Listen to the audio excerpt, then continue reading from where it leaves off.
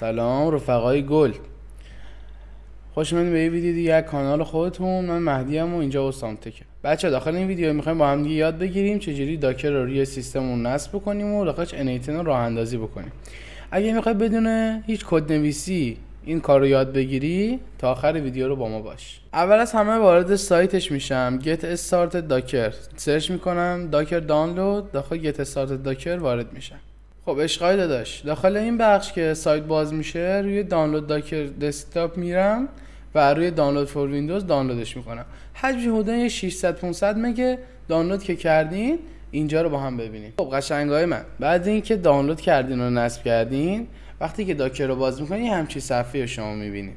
داخل این صفحه شما این دوتا گزینه رو ندارین چون که هیچ انیتنی نصب نکردین هنوز روی داکرتون. شما قدم اول لازم نیست هیچ چیزی رو نصب بکنی. اول بیاین روی ساین این کلیک کن. روی ساین این کلیک کن که اکانتت رو مچ بکنی با داکری که روی دسکتاپت داری که بتونی وقتی که انیتن رو ران میکنی با ایمیل خودت واردش بشی و ورک فلوهایی که درست میکنی نپرن. خب عزیزان، این بخش که برای شما باز میشه، شما دو تا راه داری.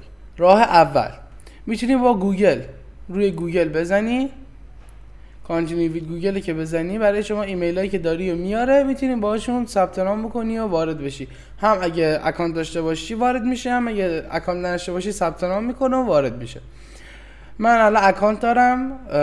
اگه شما اکانت ندارین میخوای به صورت دستی وارد بکنی، ساین آپ رو میزنی، اکانتت رو وارد میکنی، نیم و پسورد اینا تو میزنی، بعد روی کانتینیو کلیک میکنی. الان من میرم وارد میشم. دوستان من، بعد اینکه ایمیلت رو وارد کردی یک همچین صفحه بهت نمایش میده. شما باید روی این گزینه کلیک بکنین که داخل دسکتاپتون داکر باز بشه و همزمان با هم دیگه با اون ایمیلی که بهش دادی و آیدی که بهش دادی سینک بکنه و ساین بکنه داخل داکرتون.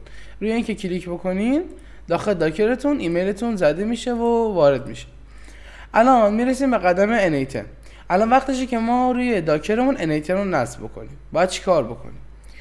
ما میایم این قسمت سرچ، انیتن رو سرچ میکنیم. این قسمت سرچ که انیتن رو سرچ کردین میتونید اینجا پولو بزنین و دانلودش بکنین. اما من این روش پیشنهاد نمیکنم. چرا این روش پیشنهاد نمیکنم؟ چون که ممکنه ورک فلوهاتون بپره و هیچ بکاپی نداره. به نظر من بیایم با هم دیگه با کد دانلودش بکنیم. برای اینکه به وسیله کد ما انیتن رو روی داکرمون نصب بکنیم، باید چیکار بکنیم؟ بعد ویندوز رو بزنیم، پاورشل رو سرچ بکنیم، روش کلیک راست بکنیم و ران از ادمینستور رو بزنیم.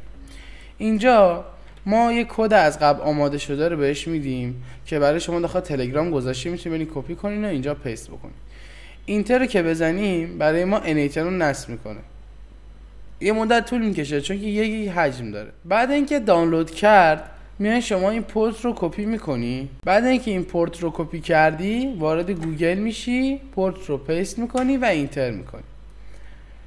داخل این پورت شما باید ثبت نام انجام بدین. من چون که از قبل ثبت نام کردم فقط باید ساین این بکنم. بعد اینکه روی ساین این کلیک میکنیم یک همچین صفحه برای ما باز میشه. کل کارا که داخل انیتن عادی شما انجام میدی اینجا هم میتونی انجام بدی. روی کرییت ورک فلو که بزنید اینجا ببینید کل نودها و تریگرایی که قبلا استفاده کردین و اینجا داری، میتونین دوباره استفاده بکنین. ولی یک مشکلی هست، شما از تلگرام و هوش مصنوعی نمیتونید استفاده بکنین. چرا؟ چون که فیلترن، داخل ایران تحریمون نمیتونید استفاده بکنین. اگر میخوای یاد بگیری که چجوری به انیتنی که داخل داکر داری پروکسی وصل بکنی و بتونی از تلگرام و هوش مصنوعی هم استفاده بکنی، این ویدیو رو لایک کن، کانال رو ساب بکن، زنگوله رو بزن که ویدیوی بعدیمون در رابطه با همین موضوعه. من قبلا ویدیوی ساخت API کی برای هوش مصنوعی به صورت رایگان دادم. اگر میخوای ویدیوشو ببینی اینجا لینکش میاد. مرسی که تا اینجا ویدیو همراه ما بودین. اگه سوالی چیزی داشتین برام کامنت بذارین، من در اسرع وقت پاسخگو هستم. خیلی دوستتون دارم و تا ویدیوی بعد بدرود.